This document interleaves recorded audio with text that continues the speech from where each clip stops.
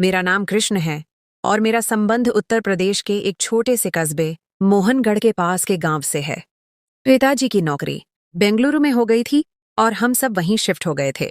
यह उन दिनों की बात है जब मैंने 12वीं की परीक्षा देकर छुट्टी पाई थी और मेरा ज्यादातर समय दोस्तों के साथ घूमने और इंटरनेट पर बीतता था। कोई खास काम नहीं था। एक दिन मैंने मोहनगढ़ में अपने पैतृक घर जाने का कार्यक्रम बनाया, जहां अब मेरी दादी माँ और 2 चाचा जी और उनकी परिवार रहती हैं।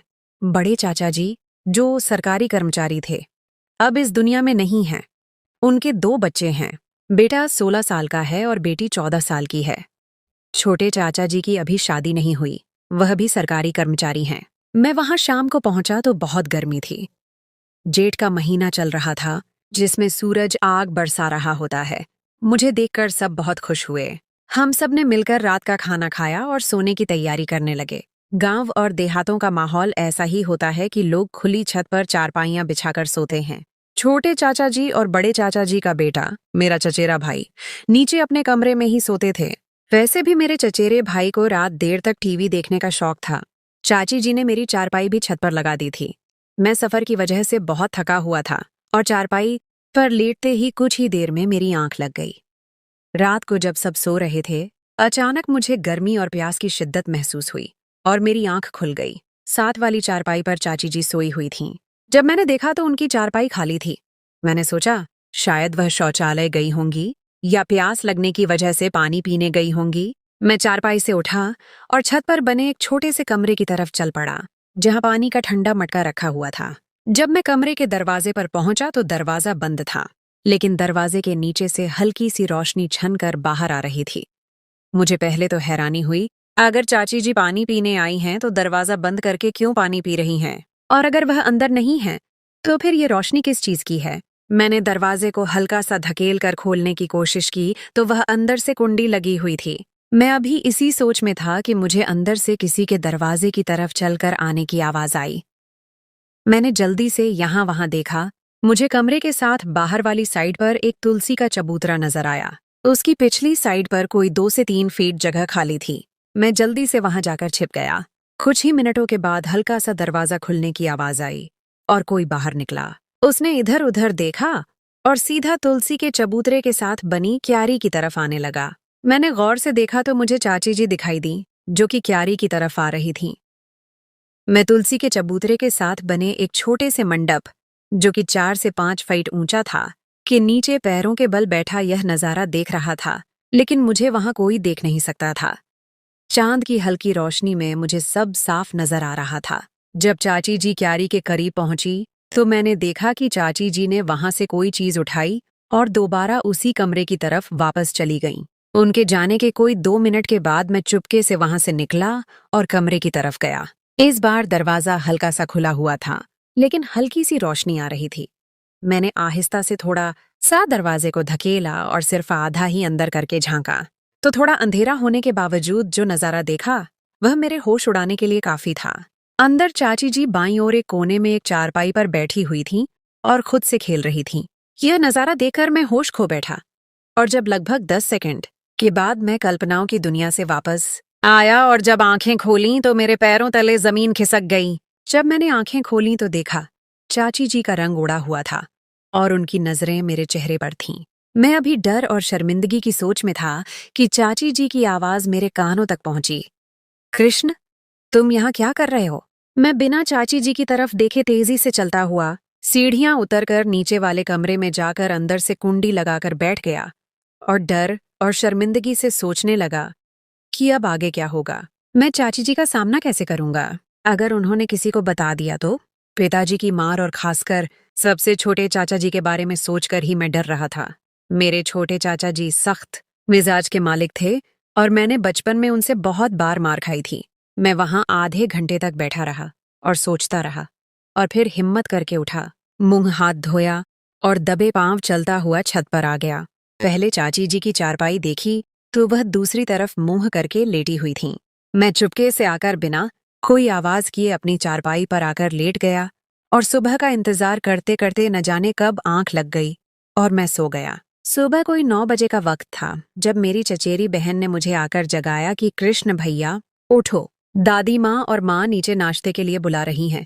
मैं अचकचाता हुआ उठा और सीधा शौचालय में घुस गया। नहा धोकर नाश्ते के लिए सबके साथ बैठ गया। दादी माँ और बच्चे भी नाश्ता कर रहे थे। छोटे चाचा जी अखबार पढ़ रहे थे और साथ साथ नाश्ता भी कर रहे थे, और चाची जी रसोई से चीजें लाकर नाश्ता लगा रही थीं। मैं चोरी चोरी चाची जी की तरफ ही देख रहा था। जब नाश्ता लग गया तो चाची जी भी आकर नाश्ता करने लगीं। जब मेरी और चाची जी की नजरें मिलीं तो हम दोनों ने फौरन नजरें चुरा लीं। हम दोनों एक दूसरे से नजरें नहीं मिला पा रहे थे। मैं बार बार चाची जी की तरफ देख रहा था। अचानक चाची जी ने मुझे गस से भरी नजरों से देखा तो मैं डर गया और मुंह नीचे करके नाश्ता करने लगा। एक अजीब सा डर दिल में था कि चाची जी ने नाश्ते के बाद अगर चाचा जी को बता दिया तो मेरी खैर नहीं है। आज इसी सोच में निवाला गले से मुश्किल से उतर रहा था। मैं इन्हीं सोचों में गुम था कि छोटे चाचा जी बोले, बच्चों, बस्ते उठा लो, स्कूल जाने का समय हो गया है। और मुझे कहा, कृष्ण बेटा, शाम को ड्यूटी के बाद तुमसे बातें करेंगे। मैंने बस इतना ही कहा, जी चाचा जी, और वह कुछ ही मिनटों के बाद बच्चों के साथ चले गए। दादी माँ अपने कमरे में चली गईं और चाची जी बर्तन उठाकर रसोई में रखने लगीं। मैं भी चुपके से उठा और टीवी वाले कमरे में बैठकर टीवी देखने लगा। टीवी में खास मन नहीं लग रहा था। बार बार एक ही बात दिमाग में आ रही थी कि अभी तक चाची जी ने चाचा जी को रात वाली बात नहीं बताई है, लेकिन वह चाचा जी को किसी भी वक्त बता देंगी तो फिर क्या होगा। बस यही डर मुझे खाए जा रहा था। रसोई से चाची जी के बर्तन धोने की आवाज आ रही थी। फिर कुछ देर बाद मैंने देखा कि चाची जी पूरे घर में झाड़ू लगाने लगीं। पहले आंगन में, फिर बाकी कमरों में भी। जब वह टीवी वाले कमरे में आईं और मुझे थोड़ा रूखे अंदाज में बोलीं कि कृष्ण, बाहर जाओ, मुझे कमरा साफ करने दो, सफाई के बाद बैठकर टीवी देख लेना। मैं खामोशी से उठा और बाहर आंगन में पड़ी चारपाई पर आकर बैठ गया। फिर कुछ देर बाद मैंने देखा चाची जी टीवी वाले कमरे से सफाई करके अपने कमरे में चली गईं और मैं फिर टीवी वाले कमरे में आकर बैठ गया और टीवी लगा लिया, लेकिन दिमाग कहीं और था। थोड़ी देर बाद मैंने कमरे की खिड़की से देखा कि चाची जी अपने कमरे से निकलकर दूसरे कमरे की तरफ जा रही हैं और कमरे में दाखिल होकर अंदर से दरवाजा बंद होने की आवाज आई। मेरे दिल में फिर शैतान ने दस्तक दी और मैं रात वाले वाकये के बारे में सोचने लगा। अचानक मैं वहां से उठा और उस कमरे की तरफ चलने लगा और कमरे के दरवाजे के पास पहुंचकर मैं दरवाजे के अंदर देखने की कोशिश करने लगा, लेकिन दरवाजा लोहे का बना हुआ था और उसमें कोई खास ऐसी जगह नहीं थी जिससे अंदर देखा जा सकता था। मैं अंदर देखने के लिए जगह तलाश कर रहा था। यकायक मुझे जहां दरवाजे का ताला था उसके बिल्कुल नीचे एक छोटा सा सुराख नजर आया। मैंने फौरन वहां आंख लगाई और अंदर का नजारा देखकर खुश हो गया कि चाची जी फिर से वहीं कर रही थीं। मैं इस नजारे में मग्न था कि चाची जी नीचे बैठ गईं और उनका मुंह तो पहले ही दरवाजे की तरफ था और मुझे ऐसा लगा कि उन्होंने मुझे सुराख से देखते हुए देख लिया है। वह इस वक्त बिल्कुल सुराख की तरफ देख रही थीं। मेरी तो उस वक्त हालत खराब हो गई और मैं वहां से भागता हुआ दादी माँ के साथ वाले कमरे में जाकर दरवाजा बंद करके बैठ गया और डर से पागल हो गया और सोचने लगा कि ये मैंने फिर क्या गलती कर दी है। अब तो मेरी खैर नहीं है और चाची जी आज जरूर चाचा जी को बताकर रहेंगी और आज मेरी शामत आएगी। मैं इसी कशमकश में बैठा हुआ सोच रहा था कि आगे क्या होगा मेरे साथ। थोड़ी ही देर बाद मुझे उस कमरे का दरवाजा खुलने की आवाज आई और फिर किसी के कदमों की आवाज आहिस्ता आहिस्ता मेरे कानों में गूंजने लगी और वह आवाज जिस कमरे में मैं बैठा हुआ था उसके नजदीक आती हुई महसूस हो रही थी और मेरे दिल की धड़कन तेज हो रही थी। जैसे ही वह आवाज कमरे के पास पहुंची तो मैं डर से कांपने लगा, लेकिन फिर मुझे साथ वाले कमरे के दरवाजे के बंद होने की आवाज आई और थोड़ी सी खामोशी हो गई। साथ वाला कमरा चाची जी का अपना बेडरूम था। मैंने हिम्मत की और आहिस्ता से चलते हुए कमरे के दरवाजे का ताला खोला जिसमें मैं बैठा हुआ था और थोड़ा सा खोलकर बाहर देखा तो साथ वाला कमरा बंद था। मैं थोड़ा सा सुकून में आया और वापस दरवाजा बंद करके अंदर कमरे में आकर बैठ गया था और दरवाजा बंद नहीं किया और चारपाई पर बैठकर सोचने लगा कि अगर चाची जी मुझसे खुद बात करती हैं तो आगे से क्या जवाब दूंगा, और अगर वह शाम को चाचा जी को बता देंगी तो कैसे बच सकूंगा। मैं इन्हीं सोचों में गुमसुम बैठा था और कोई आधे घंटे के बाद यकायक मुझे मेरे कमरे का दरवाजा खुलने की आवाज आई और मैंने मुंह उठाकर देखा तो सामने दरवाजे पर चाची जी थीं और उनको देखकर मेरा रंग पीला पड़ गया। वह कमरे में दाखिल हुईं और दरवाजा बंद कर दिया और चलती हुई मैं जिस चारपाई पर बैठा था उसके सामने वाली चारपाई पर आकर बैठ गईं और थोड़ी देर के लिए खामोश हो गईं। मैं डर से उनसे आंखें नहीं मिला सकता था, इसीलिए मैं मुंह नीचे करके बैठा हुआ था। कोई 1 मिनट की खामोशी के बाद चाची जी की आवाज मेरे कानों में गूंजी। उन्होंने कहा, कृष्ण, तुम आखिर ऐसा क्यों कर रहे हो? शर्म नहीं आती? तुम रात को भी बिना इजाजत मेरे कमरे में आ गए और आज दूसरे कमरे में भी यही हरकत की है। मैं तुम्हारी चाची हूं और तुम मुझ पर गंदी नजर रखते हो। मैं बस उनकी बातें सुन रहा था, लेकिन आगे से जवाब देने की हिम्मत मुझ में नहीं थी। उन्होंने फिर सख्त लहजे में कहा, जवाब दो, आगे से बोलते क्यों नहीं? मैं अब उनको क्या जवाब देता, गलती मेरी अपनी थी। फिर चाची जी बोली, आज मैं तुम्हारे चाचा जी को शाम को बताऊंगी कि तुम अच्छे लड़के नहीं हो, ताकि वह तुम्हारे दिमाग से यह ख्याल निकाल सकें। उनकी बात सुनकर मैं डर गया और मैं फौरन उठा और चाची जी के पैरों में गिर गया और उनसे माफी मांगने लगा और उनसे माफी की भीख मांगने लगा और दोबारा से ऐसी हरकत न करने की तौबा करने लगा और बार बार उनसे कहने लगा, चाची जी मुझे माफ कर दें, चाचा जी को न बताएं, मैं दोबारा कभी भी नहीं करूंगा। थोड़ी देर बाद चाची जी को मुझ पर रहम आ गया। उन्होंने कहा कि मैं आज तुम्हें माफ कर रही हूं और चाचा जी से भी बात नहीं करूंगी, लेकिन आइंदा ऐसी हरकत हुई तो याद रखना, मुझसे बुरा कोई नहीं होगा। मेरी जान में जान आई और मैंने कहा, चाची जी, मैं वादा करता हूं आइंदा ऐसा कभी नहीं होगा। और फिर वह उठकर बाहर चली गई। मैं चारपाई पर लेट गया और सोचने लगा, चल कृष्ण बेटा, आज तो बचत हो गई, आगे से बहुत सचेत रहना होगा। फिर इसी तरह ही कुछ दिन गुजर गए और मैं भी सामान्य हो गया और चाची जी से भी हल्की फुल्की बातचीत होती रही और चाचा जी और बाकी सब घर वालों से भी उठना बैठना चलता रहा। फिर एक दिन दोपहर के वक्त दादी माँ अपने कमरे में थीं और चाची जी भी घर का काम खत्म करके अपने कमरे में आराम कर रही थीं और बच्चे 3 बजे घर आते थे और चाचा जी 5 बजे आते थे। मुझे ख्याल आया सब अपने कमरों में हैं और समय भी खाली है और मैं अपना सरसों का तेल मालिश के लिए भी साथ लेकर आया हुआ था।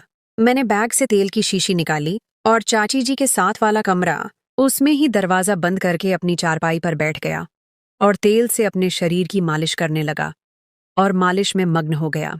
मैं अपनी मालिश में इतना मग्न था कि मुझे कोई खबर नहीं कि कब कमरे का दरवाजा खुला, जो कि मुझे बंद करना याद न रहा और कब से चाची जी मुझे मालिश करते हुए देख रही थीं। और जैसे चाची जी की नज़र मेरी नज़र से मिली, वह यकायक दरवाजा बंद करके अपने कमरे में चली गईं। मुझे उनके कमरे का दरवाजा बंद होने की आवाज आई और मैं होश में आ गया। मैं जल्दी से भागता हुआ चाची जी के दरवाजे को कांपते हुए हाथ से खटखटाया तो अंदर से हल्की सी आवाज आई, कौन है? मैंने कहा, चाची जी, मैं हूं। वह थोड़ा ऊंची आवाज में बोली, अभी तुम जाओ, मुझे तुमसे अभी कोई बात नहीं करनी। मैंने दोबारा उदास लहजे में कहा, चाची जी, बस एक बार मेरी बात सुन लें। थोड़ी सी खामोशी के बाद आवाज आई, आ जाओ। मैंने डरते हुए दरवाजा खोला और नजरें झुकाए हुए अंदर दाखिल हुआ तो चाची जी ने कहा, दरवाजा बंद कर दो। मैंने दरवाजा बंद कर दिया तो उन्होंने कहा, यहां आओ, बिस्तर पर बैठो। मैं डरते डरते बिस्तर के दूसरे किनारे पर जाकर खड़ा हो गया। वह फिर बोली, बैठ जाओ। मैं चुप करके बैठ गया और खामोश हो गया। उन्होंने कहा, बोलो क्या कहना है? मैंने मासूम सी शक्ल बनाकर और आहिस्ता से आवाज में कहा, चाची जी, मुझे माफ कर दें, मुझसे गलती हो गई है। तो वह आगे से बोली, कृष्ण, मुझे समझ नहीं आती कि तुम्हारे साथ समस्या क्या है। तुम जब से आए हो अजीब सी हरकतें कर रहे हो। बेटा, ये सब ठीक नहीं है। अगर तुम्हारे चाचा जी को पता चल गया तो तुम्हारी शामत आ जाएगी। मैं खामोशी से बैठा उनकी बातें सुन रहा था। दोबारा उन्होंने कहा, कृष्ण, तुम यह सब क्यों करते हो? कुछ तो अपना ख्याल करो। जो तुम हरकत अभी कर रहे थे, यह तुम्हारे लिए ठीक नहीं है। तुम क्यों नहीं समझते हो? मैंने बहुत हल्की सी आवाज में कहा, मैं क्या करूं? चाची जी ने फौरन कहा, क्या कहा तुमने? मैं और डर गया। चाची जी बोली, बेटा, ये सब कुछ ठीक नहीं है, तुम समझते क्यों नहीं? उन्होंने कहा, ये सब छोड़ दो। मैंने कहा, चाची जी, मैं कोशिश करूंगा दोबारा न करूं, लेकिन अब किसी को न बताएं। उन्होंने कहा, ठीक है, तुम दोबारा नहीं करोगे तो मैं किसी से भी बात नहीं करूंगी। मैंने कहा, शुक्रिया।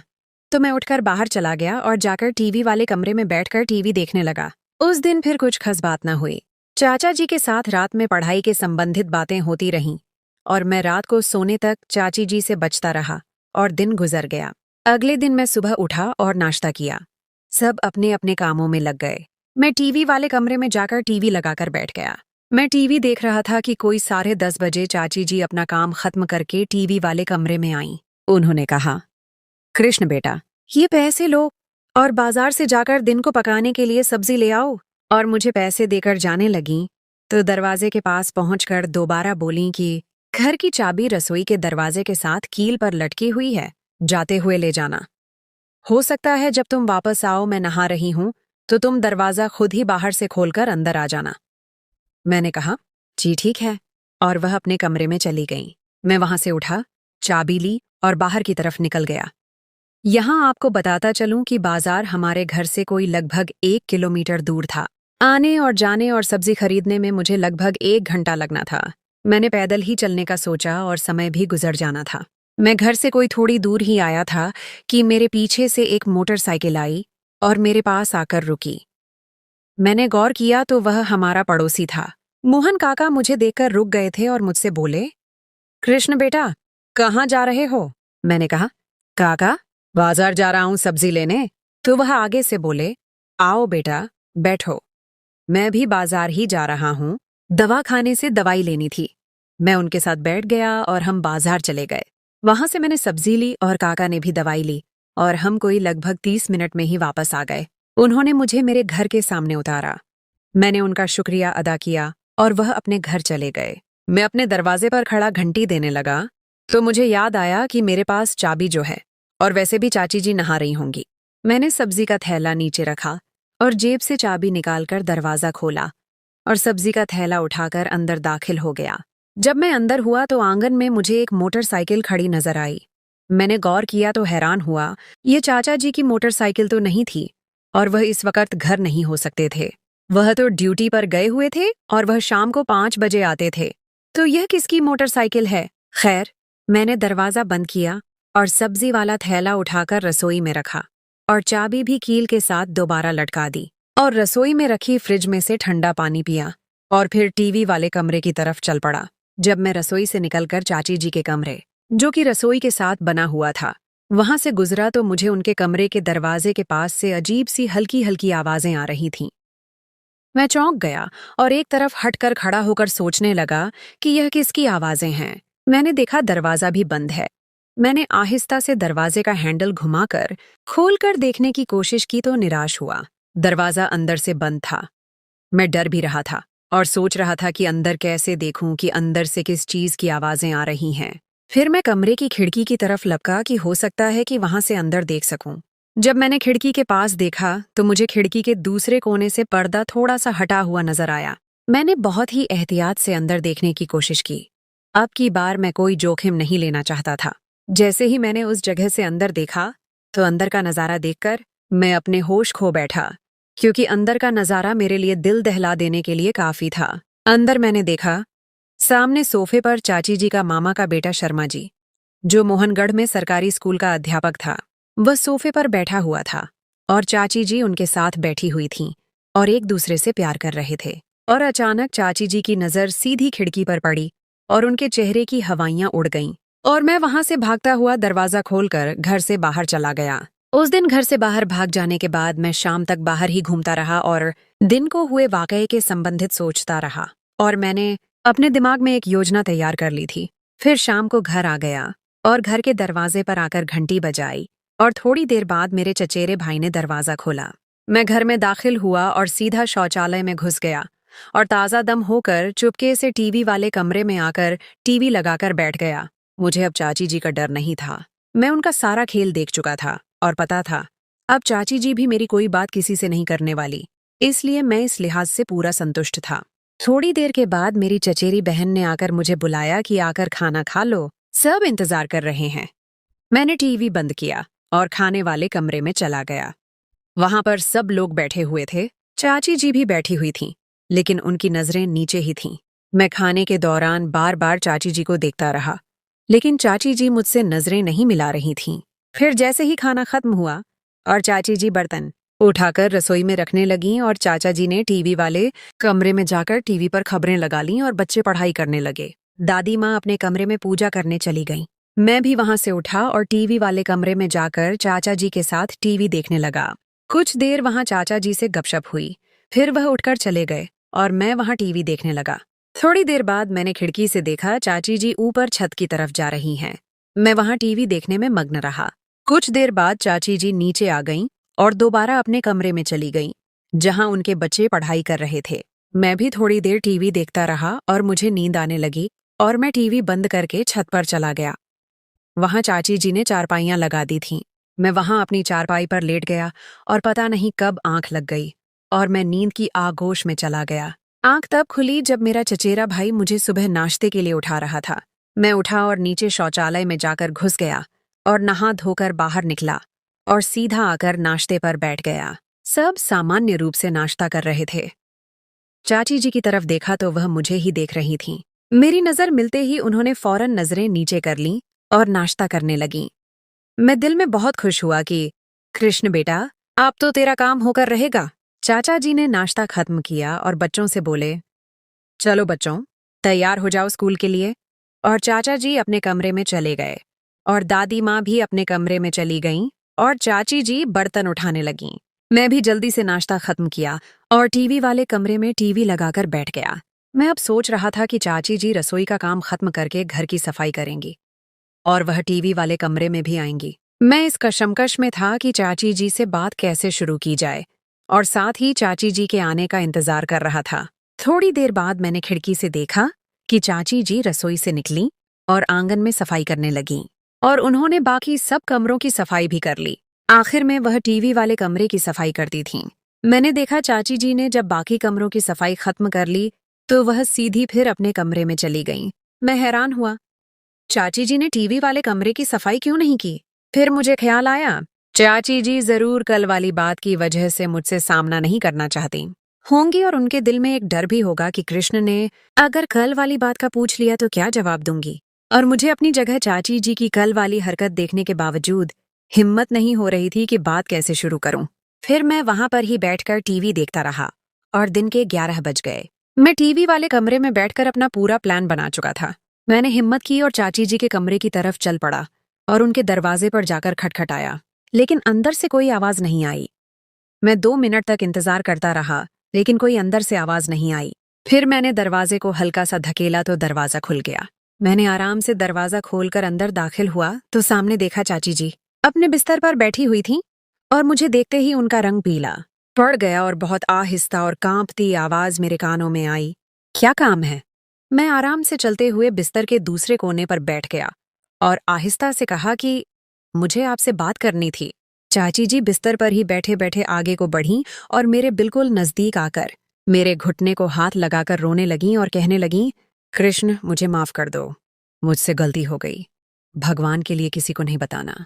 अगर घर में किसी को पता चल गया तो मुझे घर से निकाल देंगे और मैं किसी को मुंह दिखाने के काबिल नहीं रहूंगी। मैंने हिम्मत करके आगे से कहा, चाची जी, आपने यह काम क्यों किया? आपको अपने बच्चों और घर में किसी की भी इज्जत का ख्याल नहीं था। वह और रोने लगीं और कहने लगीं, कृष्ण बेटा, मैं भटक गई थी। भगवान के लिए मुझे माफ कर दो। मैं आइंदा दोबारा यह काम कभी नहीं करूंगी। मैंने फिर कहा, चाची जी, अगर मेरी जगह चाचा जी होते और आपको यह हरकत करते देख लेते तो फिर आपका क्या हाल होना था, ये आपने सोचा है? चाची जी ने फिर घुटने पकड़ लिए और कहा, कृष्ण, अब तक उनको नहीं पता और न ही उन्होंने देखा है और भगवान के लिए न बताओ। मैं वादा करती हूँ, मैं तुम्हारी बातें राज में रखूंगी और तुम मेरी रखोगे।